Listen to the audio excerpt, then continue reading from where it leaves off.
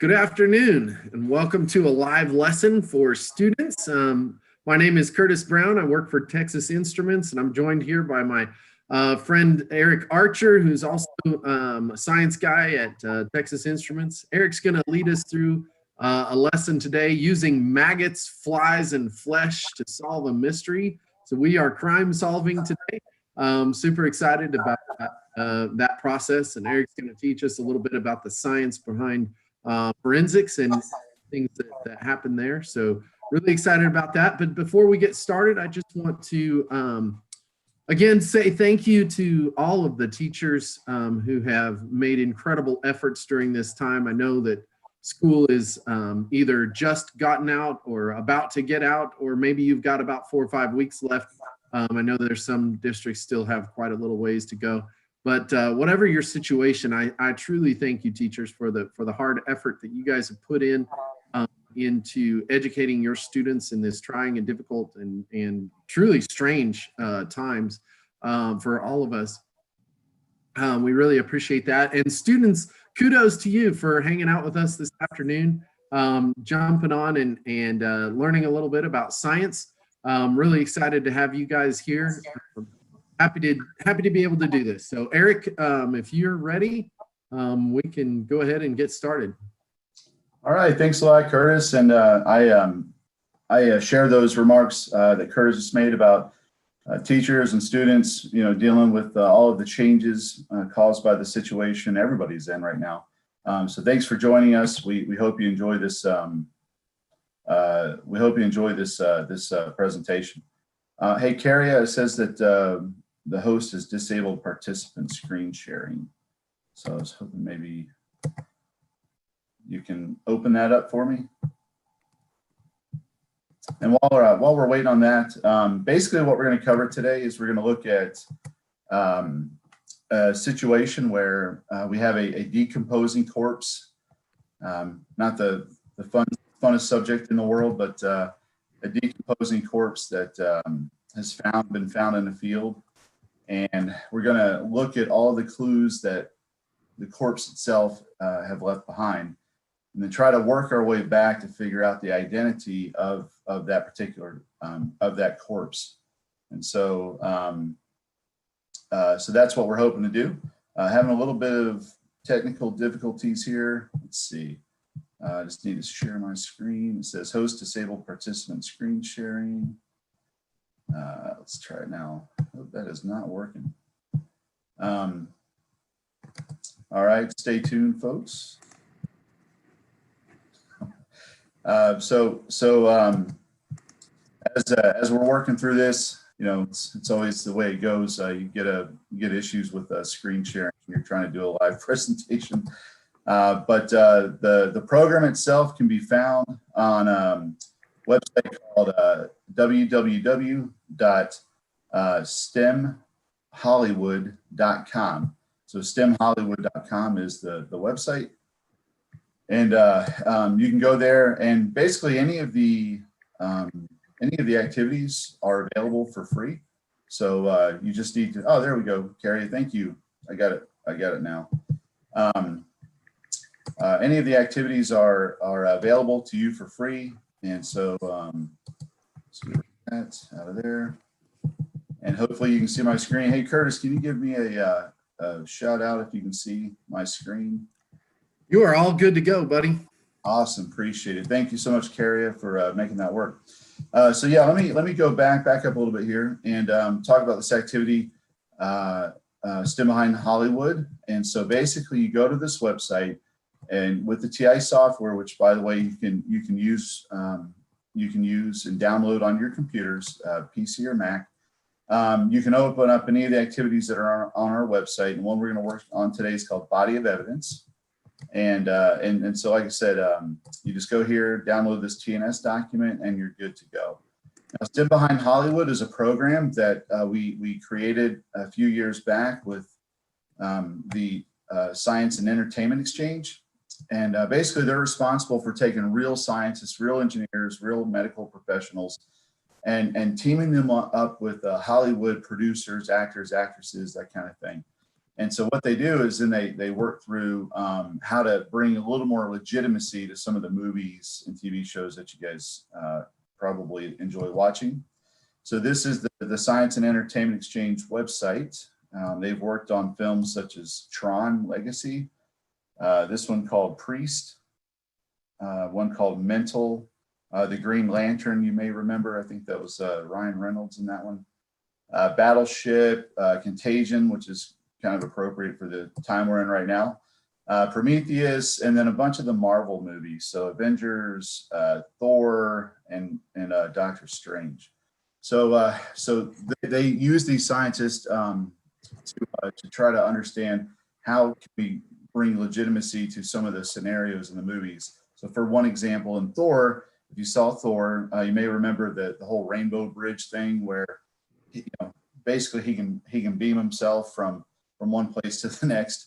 And so what they did to try to bring some truth to that is talked about wormholes and used wormholes. And so Natalie Portman's character was an astrophysicist studying these sorts of anomalies. Now, in reality, there's no Rainbow Bridge. But there are wormholes. And so that's kind of what their role is. The scientist we're going to talk about today, her name is Dr. Diane France. And Dr. France is a forensic anthropologist who works for the Human Identification Lab of Colorado. And so basically her job is to find remains of dead bodies and try to piece the clues together and figure out what happened. So here's an article written about her a couple of years ago. And so after hikers found human remains, a historical forensic murder mystery began. And so this was written in 2018. In 2016, there were some hikers in Chaffee County, Colorado, and they discovered some human bones lying in a rocky ravine. And so, they call out the authorities. The investigators recovered the remains, which there wasn't much remaining, and got Diane France involved. And so she's a forensic anthropologist. So basically anthropologists, those are the people that go out and study basically human history through human remains. And so they look at bones and also other things, but a forensic anthropologist is one that uses bones to try to figure out what happened. Was this person murdered? Was this person, did an accident happen? Using the bones to try to tell the story of how that person became deceased. So she's a big deal. I mean, there's only 119 forensic anthropologists in the world who are certified forensic anthropologists. And so she's been called all kinds of sort of gruesome scenes. This article talks about her. So she examined a lot of the remains that were found in the wreckage of 9/11. Also, the classic story about the Romanov family, trying to identify, the royal family, the Romanovs you may be familiar with, but she was involved in trying to piece together some claims that so-and-so was related to the Romanovs. And so she's done a lot of really neat things. But anyway, this particular situation where they found these bones on a hike, they also found a belt buckle, some scraps of leather near the body. And she determined that the death occurred in the mid to late 1800s. Now, like I said, this body or these bones weren't found until 2016. So if you're looking at mid to late 1800s, you're looking at least 150 or so years ago. So imagine that all of the hikers that go through that area, nobody ever saw these remains until 150 years later. And so, the Colorado wilderness is pretty vast, so it makes some sense. But anyway, she was able to figure it out. Remains of a teenage male who died from a head injury, possibly after falling from his horse. So her job is to try to piece back these stories and tell these stories to, in a lot of cases, give families closure when they've lost a loved one. Now, I will tell you, this particular activity, it isn't terribly gruesome, but some of the topics we'll get into, they're not great lunchtime discussion topics, let's put it that way. So just a heads up, just a warning. Now, we're not going to show any graphic images or anything like that. Everything we have is animated. But like I said, you know, if you're not really into maggots, you know, just tread carefully here. I also wanted to let you know there's a book about Decay, France called Bone Detected, the Story of Forensic Anthropology. So those of you who are interested in forensic science, if you're interested in this sort of work, you know, I'll check this book out. You can buy it on any of the online booksellers. But it's a really good book, and it kind of tells her story, her fascination with trying to piece puzzles together about, you know, from human remains. Okay. All right, with that, what I want to do is I want to jump over to the activity itself. And this is what you're seeing here, and called Body of Evidence. And so using clues from a decomposing body to solve a missing person's mystery. And guys, if you have questions, please put those in the chat.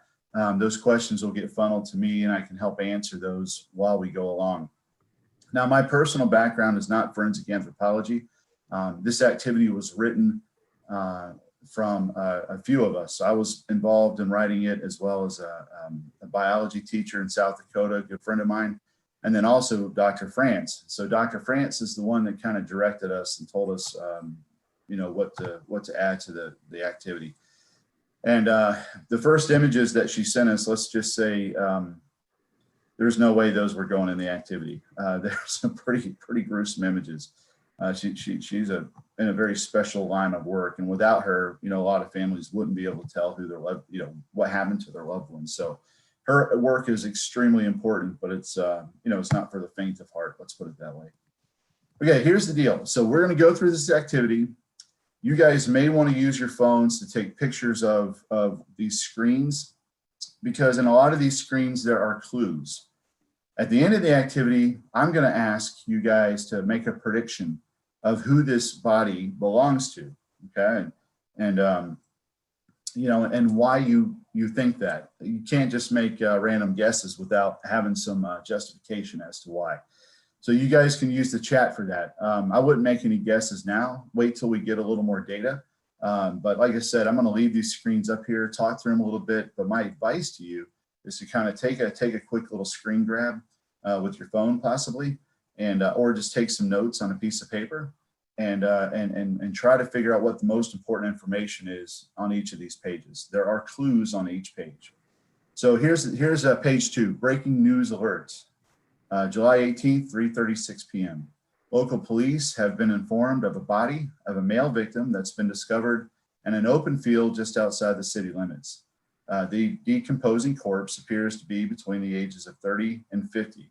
All right, now that's a pretty big that's a broad range. I mean, there are some physical differences between 30-year-olds and 50-year-olds.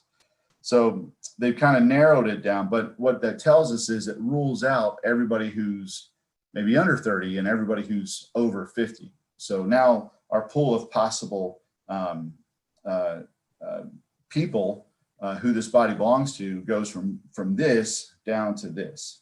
And so a lot of forensic science is kind of ruling out possibilities until you kind of cull it down to a you know, a small group of scenarios, and then you try to figure out which one's most plausible.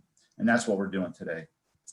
Missing persons reports have helped narrow the ID to 4 people who may meet the description of the victim. Any help by local citizens will be appreciated to help solve this case.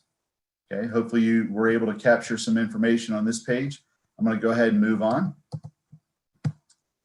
So meanwhile, in your living room, news alert grabs your attention.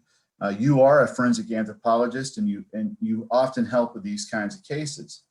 You get a phone call just then, they say they need your help. When you get to the scene, you notice that the victim is decomposing with some skeleton visible. So some of the skull or the bones are now visible. It's not just all flesh. Police and a forensic anthropologist are present. So this is a different kind of career right here, forensic pathology versus forensic anthropology. There's certainly some overlap between those two fields, but a pathologist is usually the person, a lot of times they're more similar to a coroner, the person that's trying to identify, you know, the cause of death. And you can do that a little more easily the sooner you find the body, okay? Any questions so far from anybody in the chat, you guys? Nope, I haven't seen anything so far relating to the lesson itself. We've had some other questions about technology, but nothing for this. Awesome. Okay. So the police and a forensic pathology are present. Pathologists are present. It's important to pay attention to detail, especially in police work, forensic anthropology. Sweat forms on your brow. It has been warm and humid all summer. The body has a strong odor. If you've ever smelled like rotting chicken or beef in your trash can, it's that kind of smell, but a whole lot worse. Maggots are all over the corpse. There's still a large amount of flesh remaining. You and the forensic pathologist begin examining the body. All right, so hopefully you got some of the important details in this page. Like I said, if you have a phone handy, use your camera, you can take a picture of it and come back to it later. All right, next page. So the pathologist finds trauma to the head, and you're examining the exposed skeletal areas for any clues. And so at this point in time, you call a coworker, and your coworker is a forensic entomologist. So right here, forensic entomologist. And that person is involved in identifying the species of maggots that are currently on the victim. And so there are different specialty areas in forensic science. So an entomologist is a person who studies bugs. A forensic entomologist is a person that studies bugs so that they can help solve a crime or help fill in some gaps in the story in terms of like human remains. And so you're an anthropologist, you're working with a pathologist, and now you're working with an entomologist. So you can see there are a lot of different career options in forensic science. If you've ever been interested in that, there are certainly some options for you. All right, so here's just a quick question. I won't spend too much time on this. Based on what you've read so far, match the following terms. So basically the idea is to kind of put the green terms with the brown terms. So skeleton, insects, and cause of death. Which occupation would those go with? So skeleton, we've already said, would go with the forensic anthropologist. Insects would go with the entomologist, and then cause of death would go with the pathologist, okay? Now, like I said, there's overlap in all of these fields, but each field has sort of its specialty. Now, all of these activities go over different career fields, and there's usually dialogue. So think about this as kind of like a TV show with a little education. And so, as you're examining the body, an officer comes over and says, "Hey, what are you both doing?" And you're explaining to the officer that, "Hey, there are about 5 stages of decomposition, and we're determining which stage this body has gone through." And the officer says, "Well, what are the 5 stages?" And the pathologist says, "Well, different researchers define them in different ways, but in general, they start with, freshly deceased, you just died, and then dry decay is the end. So basically just a skeleton is remaining." And that's what Dr. France found in that case with the in the mid 1800s case where the teenager fell off the horse. So here are the 5 stages. Again, if you have a phone or something, maybe take a picture of this or quickly jot these down. I'm going to go through them with you. And again, I'm not trying to be gross. This sort of field lends itself to the yuck factor. But if you've ever seen an animal on the side of the road, be it a deer or a raccoon or armadillo or what have you, if it first gets hit by the car, obviously dies. It just looks like a dead animal on the side of the road. But over time, bacteria they keep metabolizing inside the gut, inside your intestines and stomach. And what happens is the abdomen will start to swell, okay, because all the gases are building up inside the abdomen. So sometimes, that's why on the side of the road, you may see like a raccoon, kind of looks like a raccoon balloon. It's all bloated and its little arms are kind of sticking out here. Again, I'm sorry for being gross, but that's just the way it is. And so the swollen abdomen from bacterial activity, stiff limbs, discoloration, blowflies, which lay their eggs in the mouth, nostril, eyes, and broken flesh. Very gross. And then the next stage is active decay 1. And so this is where that abdomen kind of ruptures, splits, and all those gases are released. And that smell becomes very intense. If you've ever smelled rotting flesh, like I said, chicken or beef or turkey or something like that, it's a smell you don't forget. So the flesh caves in, some bones become exposed, the skin darkens, maggots are present, very strong odor. From there, we go to active decay too. So maggots start to leave the body. So these maggots will leave the body in a large mass, just maggots everywhere. And they'll pupate, okay? And pupate, basically, if you've ever seen like the life cycle of a butterfly, which is all nice and wonderful and friendly, you know, it starts with a caterpillar and it goes into a chrysalis and then it becomes a beautiful butterfly. Well, flies do that too, but their caterpillars are maggots. That's their larval stage. And then they will go into they'll pupate, kind of like a chrysalis, a cocoon, if you will. And then a fly will come out. Okay, that's the metamorphosis of maggots. So the maggots will leave the body to pupate in large masses, more bone is exposed and less odor. And then finally, dry decay. So basically, you're left with a skeleton with maybe some dry skin or flesh remaining, but not much. So those are the 5 stages of decomposition. Again, take a picture of that if you want. And then we're going to go on to the next page. So basically, the officer says, well, how are you trying to figure out, what are you doing to try to figure out how the victim died? And so basically you're telling the officers a lot of variables, and we use these variables to determine what's known as PMI, post-mortem interval, which is basically the time that has passed since the person died. So a person dies on this date, you find the body here, and then you try to use clues to track back to identify what this date was, because you don't know. You know, when you found that body in the field, it's whatever date it was, and hopefully you capture that information earlier. And now you're trying to figure out, well, what's the death date? When did they actually die? In this particular activity, we have 4 possibilities. And I would take a picture of this page.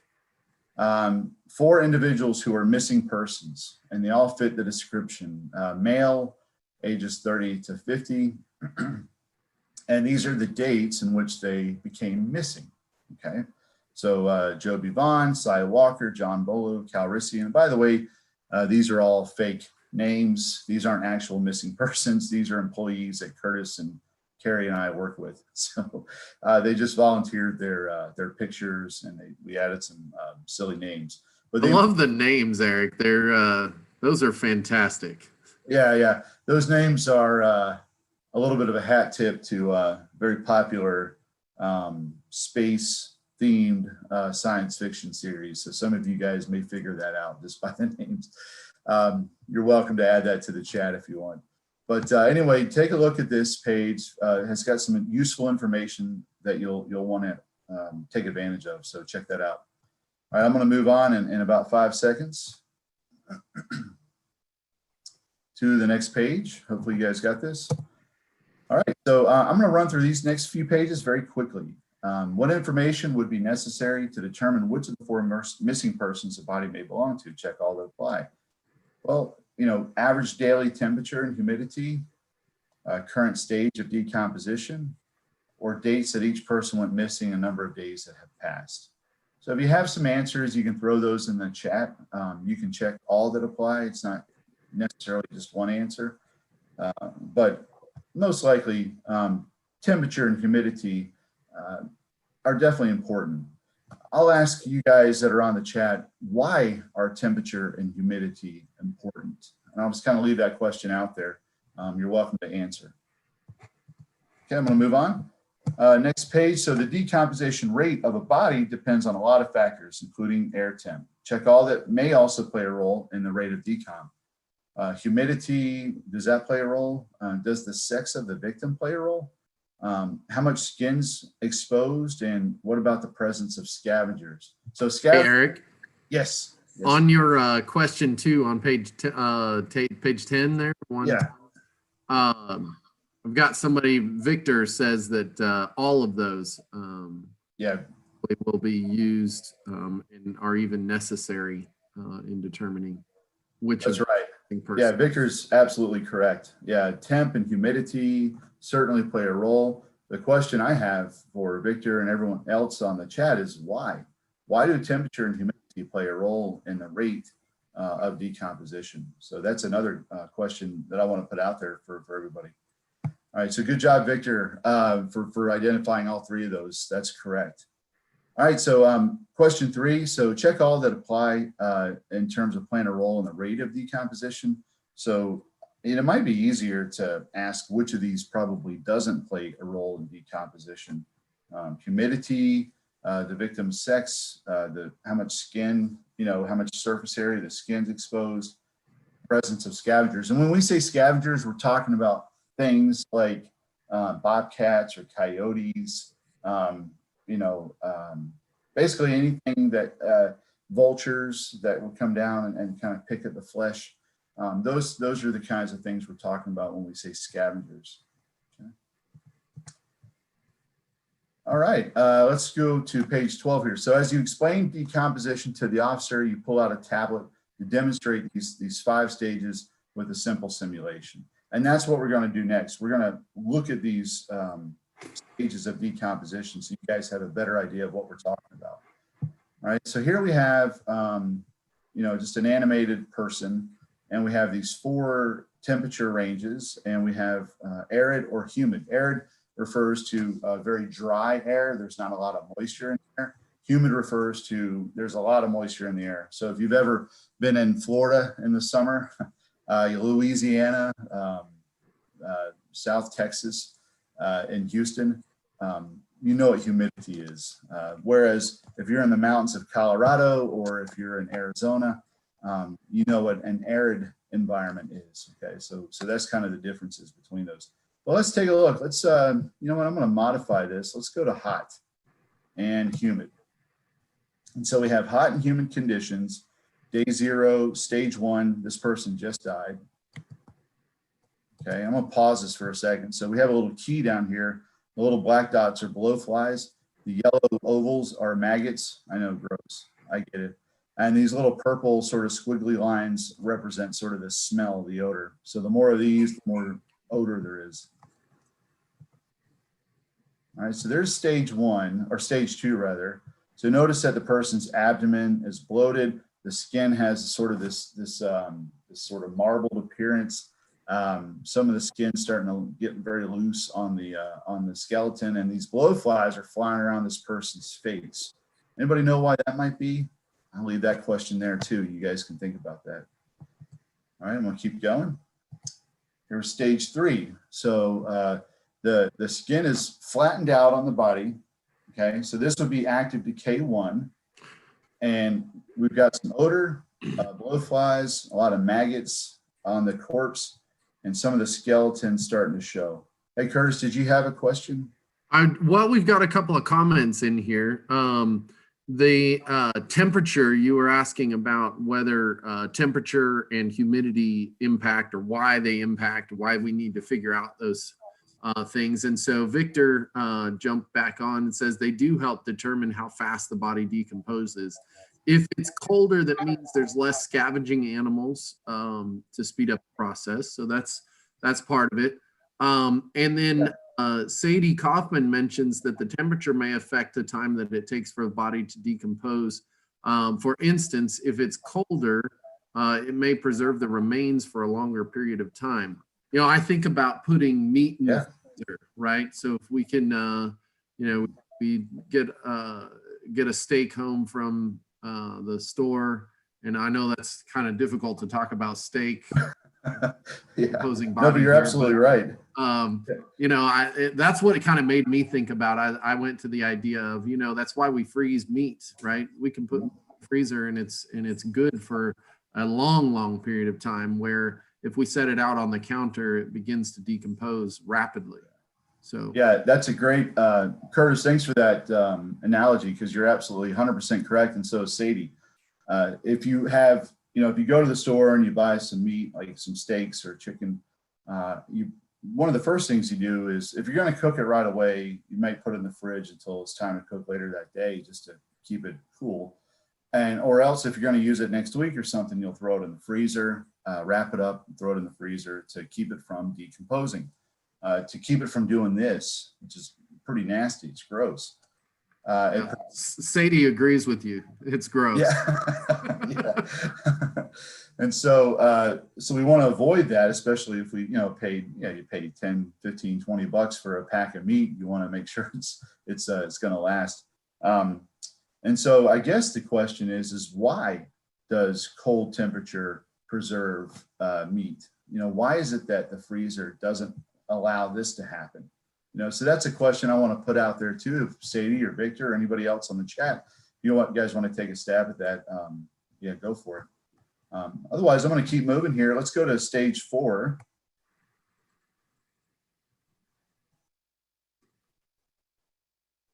We spent a few days in stage 3 there. Now stage 4, a lot more skeleton is showing up, a ton of maggots. Okay. There's some interesting things going on with the digits here. You might take a look at and try to figure out what happened to that person's hands. And so the odor is still present. Let's keep moving. So Eric, well, that's sitting there in stage 4. You did ask a question when we were back on stage 1 about why the blowflies were up near the head and near their face. And probably Christy Schultz suggests that maybe it's because of the openings, the mouth, nose, ears. You have anything to comment on that? Yeah, Christy's right on the money. Christy's absolutely correct. So blowflies will tend to lay their eggs in sort of the softer tissue. So, again, gross, but like the eyes, laying the eggs in those eyes, it gives the maggots easier access to softer tissue. It's easier for the maggots to digest it. Up in the nostrils as well, and an open mouth, ears, as well. So anywhere that there's an opening to get inside the body, that's where the flies are going to lay their eggs mostly, because there's a higher probability that more maggots will be able to eat, and they have to eat. And so Christy, yeah, good job, Christy. That's absolutely correct. We've got a lot of forensic scientists, or at least folks on the bandwagon here. Seems like. That's awesome. All right. Okay, so we've got this is the last stage. Oh, and I wanted to go back to what Sadie mentioned earlier about the cold temperature. And, I had that question out there about why does cold or freezing temperatures keep meat from decomposing? So think about that. But while you're thinking about that, I wanted to make a comment that, every so often a body is found that's been dead for a long, long time, but it never makes it to stage 5. It stops at stage 3 or stage 4. Okay. And so almost a mummification. And that can happen in a couple of different extreme environments. It can happen in the very, very cold, and it can also happen in the very, very dry. Okay, so very dry areas, it's possible that a body can just become mummified. So the flesh is still on the bones, it's dehydrated. It's dehydrated, so it shrinks down a little bit, but the flesh is still intact. And the same thing can happen in very, very cold climates that are also arid, also dry, like in the mountains of Colorado. That can also happen. So, think about that and ask yourself, well, why? Why is it that soft tissue can be preserved in very dry climates, hot or cold? And why is it that meat doesn't decompose when it's in the freezer? Okay. So Sadie, I think, has an answer to that. Let's hear it. Or at least the beginnings of an answer to that. And that is that cold preserves it because it slows bacteria down. Kind of like dehydrated beef jerky. Yeah. So yeah, great answer. Yeah, that's exactly correct. So good job, Sadie. That's right. So, bacteria can only thrive in certain, they need moisture, and the temperature extremes can't be, too cold or too hot. And so bacteria will flourish in hot and humid conditions, but in hot and dry conditions, it takes a bit longer before the body will decompose. And you guys can see that here in the data. So hot. So let's take a look at that data. So number of days in each of the stages. So stage 1, 2, 3, and 4. In hot, humid conditions. So not even a day in stage 1, that fresh stage. And then as you go through these, very short cycles from one stage to the next, you notice that the charts are very low, meaning that the number of days. So it took this person, let's see, 3.2 plus 2.8 is 6, 7.2 plus 0.8 is about 8 days to go from stage 1 to stage 5. So 8 days to go from freshly dead to a complete skeleton. So that's pretty wild. Now let's see what happens if we modify that. So we'll do hot again, but we'll keep it at arid. And let's run through this scenario and see what happens. So we still get the blowflies, still get the maggots, the odor, blowflies. I'm not sure I even saw stage 2. Eric, Brenda Shockey suggests that perhaps scavengers have ripped off part of the hand there. Is that what happened there on that particular? Yeah, Brenda, great job. You're absolutely correct. And so this poor person, after they passed away, scavengers came in and basically gnawed on the fingers. Scavengers will pick at anything that's easy to, get their mouth around so they can, rip it off and have a meal. Scavengers are trying to eat just like every other animal. And so, yeah, Brenda's absolutely correct. Toes, fingers, if there's any flesh left on the nose, that'll probably get gnawed on and ripped off. And any area where they can get their mouths on, they're gonna go for it to get a meal, to get something to eat. Now, if there are any, there are little Easter eggs in this activity. And so if there are any Texas Tech fans out there, you may recognize something here, and I'm not going to say anything else. Any Texas Tech people will get the Easter egg. All right, so I'm going to leave it there, but I do want to darn it, I reset that. I didn't mean to.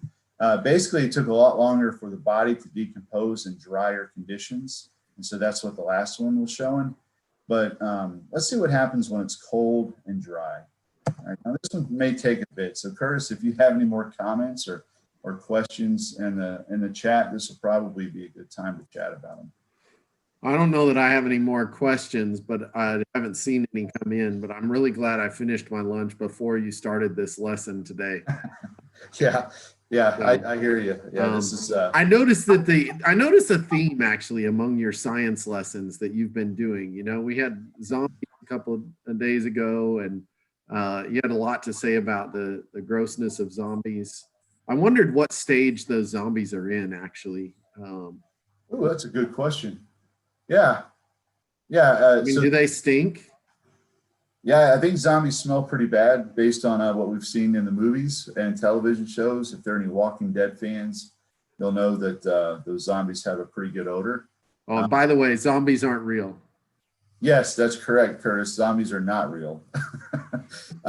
Yeah, no, that's a fun question to ask, is to say, okay, now that you've learned about sort of the stages of decomposition, go back, watch some of those zombie movies and try to figure out, all right, that poor zombies in stage 3 or active decay 1 or active decay 2. Yeah, so that would be kind of a fun activity. But check this one out. This is wild to me. Okay, so in hot and humid conditions, the body would decompose completely in only 8 days. Here, it took about 185 days. So we're talking about 6 months in cold, arid conditions for the body to decompose completely. Now, just a heads up, these are simulations. They don't necessarily predict absolute reality. This is just a tool for us to try to get a better idea of what's happening. In reality, if you had a body that was in a freezing arid climate, chances are it would never make it to this stage. It would actually probably stop. I don't even know if it would make it to the bloat stage. It would probably just freeze, probably dehydrate a bit, and just be a mummification. So it's a pretty interesting thing. But for this activity, for this scenario, let's assume this is all good. And look how many days the body spent at each of these stages. It's pretty remarkable. So temperature and humidity absolutely have an effect on the rate of decomposition. And that's kind of the gist of that simulation, is to show you that. All right. So this kind of gives you a breakdown of sort of the difference between humid days and dry days in decomposition. So a body that is deceased in a cold, humid climate will still decompose much faster than a body found in a cold, dry climate. Okay. Same thing here, a cool, humid climate versus a cool, dry climate. You'll notice that it's a much shorter process in a humid climate. And going back to, I think it was Sadie talked about the bacterial activity being dependent upon temperature. The bacterial activity is also dependent on humidity. And so the amount of moisture that's in the air is a factor. So humidity and temperature both matter. Right, so let's keep moving on. So what environmental conditions were present where this body was found? I'm going to leave this slide up there. I don't want to give away the answer just yet, but hopefully you guys are taking notes. You remember some of the clues that were in the early part of the activity. And if anybody wants to throw their 2 cents into the chat on this particular question and make a prediction, go for it. And then once Curtis sees those roll in, we'll come back to that question. All right, question 5. Based on what you have seen in the sim and graphs, what can you conclude about the relationship between decomposition and temperature? Is it A, temperature and decomposition rate are inversely related? Meaning as one goes up, the other goes down? Or is it B, temperature and decomposition rate are directly related? Meaning that as temperature goes up, the speed at which decomposition happens also increases. And so I think you guys probably know that the right answer is B. All right. And I apologize. I think it might have been Brenda guessed correctly that what likely happened to the fingers and the ribs of this poor deceased person. And the answer was scavengers, such as coyotes. Them. So good job. Is that Brenda? We've got a couple of comments that have rolled in on this. So there was a comment about how Walt Disney actually was asked to be frozen cryogenically until he I had forgotten about that, but until there was a way to revive a dead body. So yeah. But then there was a comment that Christy Schultz brings up, and I think is an important one, that they're afraid to thaw out really old corpses because bacteria might take over and ruin the evidence. So yeah, keeping corpses in cold, dry places is actually important. Yeah, for evidence and for those kinds of things. So I think there was the question that you asked, number 4 there. Yeah. So Keegan and Brenda have both mentioned that they think that it was warm and humid. Okay.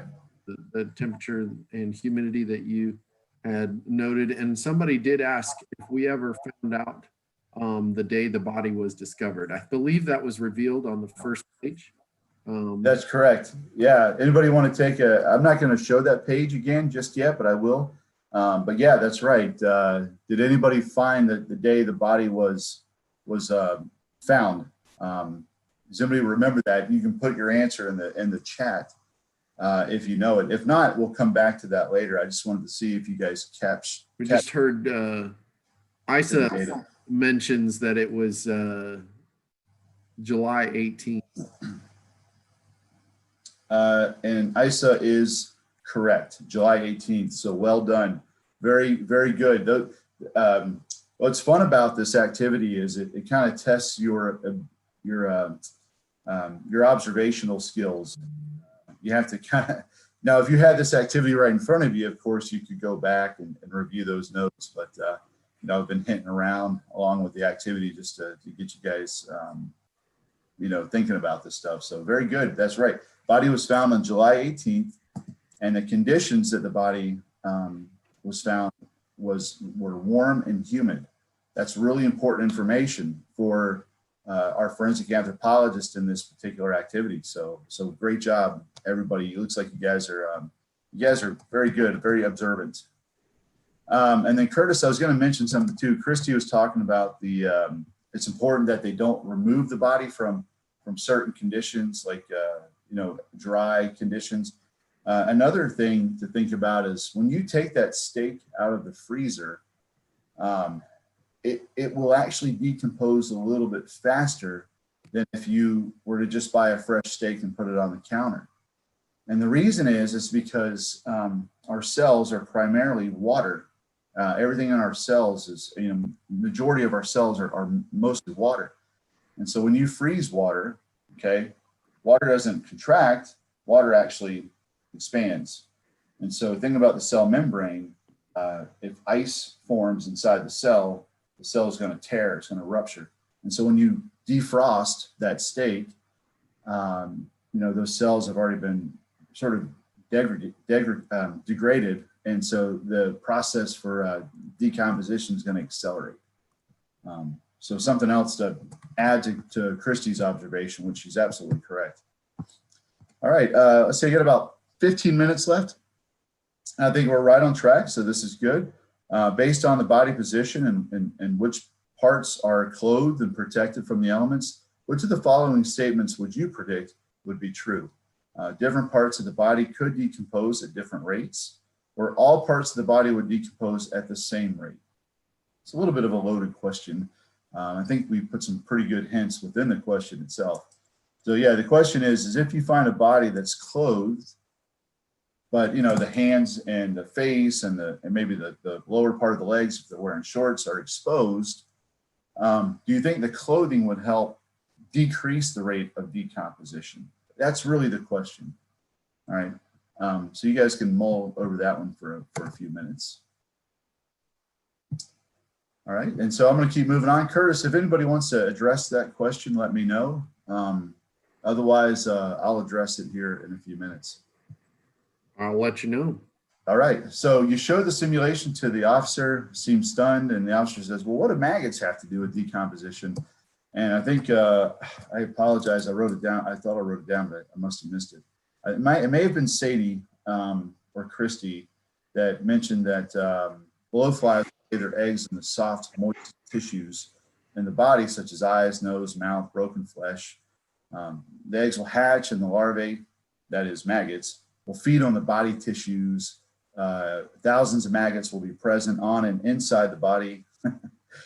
And after some time, they'll pupate, eventually turning into adult flies during the metamorphosis process. So this isn't the beautiful butterfly, very nice, happy example. It's the same exact process, except it's just gross. Okay. All right, so, but same process. All right, so thinking about like the big picture of the cycle of life and death and the environment, and although maggots might be gross to a lot of folks, they serve a very important role. What is that role? What is their niche in the environment? Think about that. Why do we have to have maggots? We've got to have them, and think about why. And if anybody wants to add to the chat why maggots are needed, please do so. It'll be a good discussion. Another question: because the blowfly life cycle, egg, larvae, pupa, adult, is so consistent with the various decomposition stages of a human, it's a reliable data source for investigators to determine that post-mortem interval, that time span between finding the dead body and when the body actually died, when the person actually died. So is that true or false? And definitely the answer is true. Okay. So blowflies tend to lay their eggs in the eyes, nostrils, mouths, open wounds of the dead body. I think we did a good job of addressing this. It's just easier flesh to consume. It's soft flesh. So it's easier for the bacteria to do what they do. And then this is a question we talked about too. Occasionally, incredibly well-preserved mummified remains of mammals, such as mammoths or humans. I think there was just a story in the news about a bunch of mammoth fossils being found can't remember the state. But anyway, they're found in areas that have varying temperatures. How is it possible that you can find mummified animals or humans in hot or warm climates? And this is another one of these questions I'll leave to the audience to answer. So Curtis, I put out a bunch of questions so far, and I know there is a bit of a delay between me going through the activity and then people actually hearing what I'm saying. I think there's a little bit of a lag. But do you have any answers so far? I do have one answer that all parts of the body decompose at different rates. To be has been one suggestion that's been pointed out. So, having clothing on the body might change that and mix it up a little bit more. Yeah, it may just be a natural barrier to predators or even, the blowflies laying their eggs. If they can't get to those parts of the flesh very easily, then it's going to be a little bit of time before the maggots, before the tissue under the clothing is able to decompose enough that the maggots can kind of work their way down or up, depending on where they're starting from, to eat that flesh, to consume the bacteria also that's eating that flesh. All right, let me know if you hear of any others, Curtis. That'd be great. All right, I've got a little less than 10 minutes left, so let's go ahead and get to the solving the case part. Before I do this, actually, well, let me do this part, okay? I'm gonna set the conditions that you guys told me were present when they found the body. So those were warm and humid conditions. I'm gonna run the simulation. And so we're using the simulation to try to predict how long it would take for the body to get at the stage it's at currently, and you hopefully took notes on that, and then work your way back to figure out who the victim was in this particular sad story. So we did have a comment here, Eric, that it might be too hot for bacteria to grow rapidly enough for full decomposition. That's absolutely true, yeah. There's a temperature range. I mean, just like you and I have a temperature range of that we can tolerate, bacteria do as well. I mean, it's not like a straight line that says, okay, the faster the higher the temperature, the faster the rate of decomposition.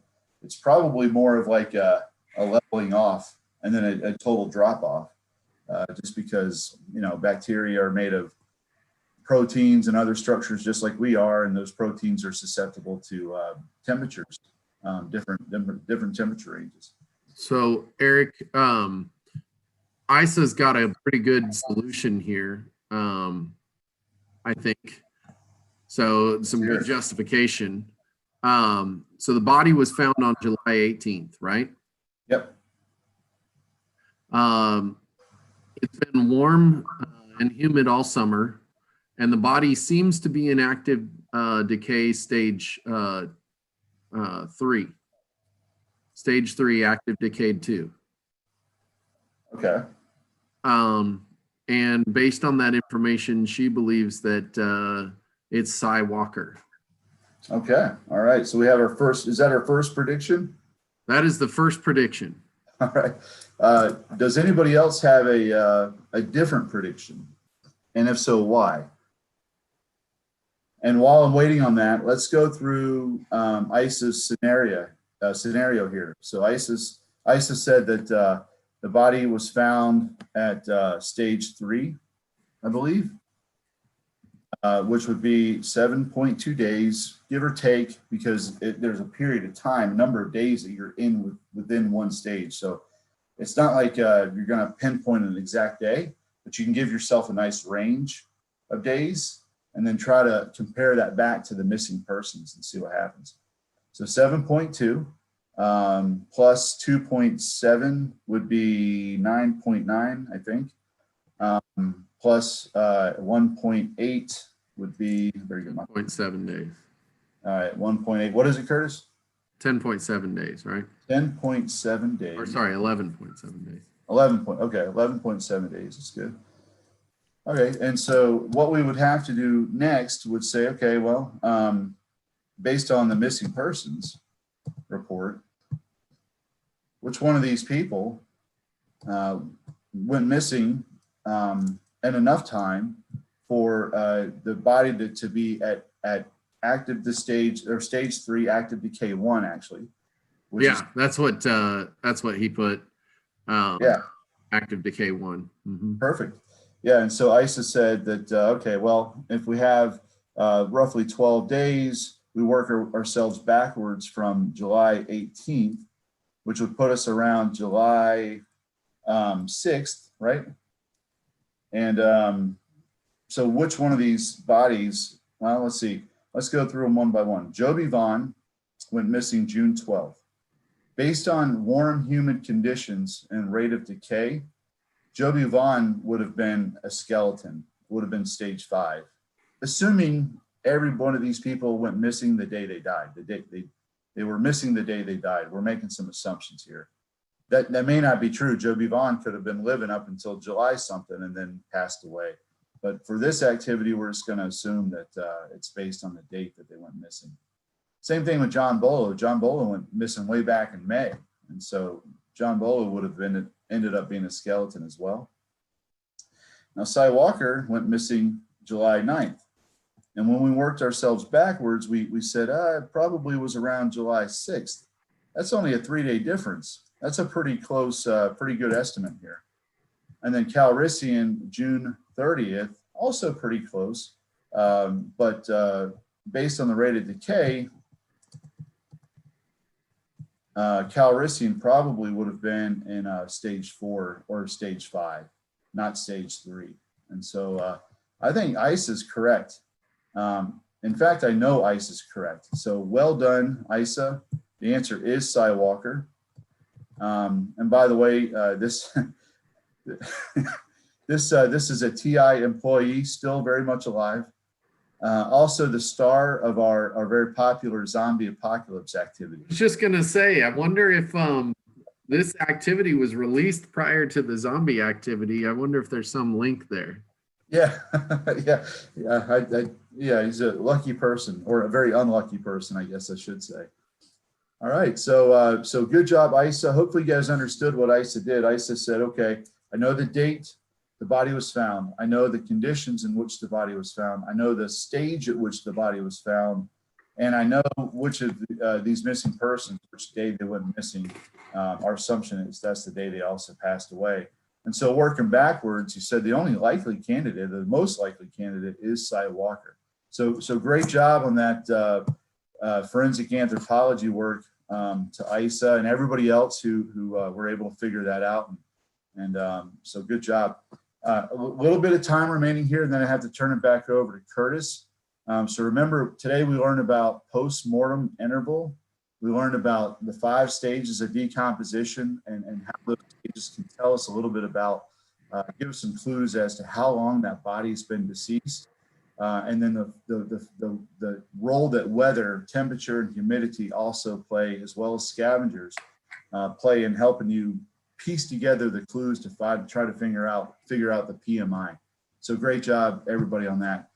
And later, so this last page kind of confirms ISA's suspicions that Cy Walker was, in fact, the person that died. No foul play. Unfortunately, Cy Walker was on a hike outside the city, tripped, hit his head, died at the scene. Forensic pathologist agrees with your assessment. Sad as the situation may be, your work as a forensic anthropologist has helped put or give Cy Walker's family, some closure. So that's the idea behind this. Now, this particular activity is a good one. And there's some extra stuff here. Like if you really get into this, guys, and you want to learn more about it, there's some really good stuff within the activity. Some pretty really interesting tools that you can use. Also, something called accumulated degree days, which is a concept of figuring out PMI also. Look, it's a gross kind of career, but it's a really useful one. It's a very powerful one. Again, trying to help families put their loved ones to rest and sort of figure out the mystery behind why they passed away. So if you guys are ever interested in learning more about forensic science, just reach out to me, and I can give you some more resources. I'd be happy to do that. And let me give you my email address, especially students, if you're interested in this as a career field and you want to know more information. My email address is earcher@ti.com. And I may even be able to put you in contact with Dr. Diane France if you have some questions for her. Very busy lady, but I would filter, if you guys are very serious about this, I'd be happy to put you in contact with Dr. France. Curtis, I need to turn it over to you. Hopefully I didn't go over too much. No, you're fine. Time-wise, we're just right on an hour here, so that was fantastic. So yeah, I'll let anybody make a comment if they want to, kind of put a few more things in here. But Eric, thanks very much for this lesson. I was intrigued by it, and I'm impressed by the students out there who solved the mystery. Absolutely. I was unfortunately my we'll call it attention was not as acute as some of these other guys out there. So certainly impressed with the students involved on this lesson today, and seeing them dive in was really great. Eric, it's been a pleasure doing these things with you. Hopefully we get a chance to do a few more of these kind of live lessons going forward. These have been fun and interesting, and hopefully I think people are finding them useful. So with that, I'm not seeing any more activity on the chat. So I'm going to go ahead and close us here and just tell everyone thank you very much for spending your afternoons with us and spending an hour here hanging out with Eric. Hopefully you learned a couple of things about forensic science. I know that I'm considering a career change now. Fantastically interesting presentation, Eric, and I definitely have some more questions for you. This is cool. Thanks so much for your help, and I agree with you, Curtis. Thanks to all of the students and teachers that tuned in. Hopefully you found this useful and interesting. And next time we do one of these live lessons, we'd love for you to tune in. All right. Well, with that, I'll sign us off. So thank you very much. Have a good afternoon. Thank you.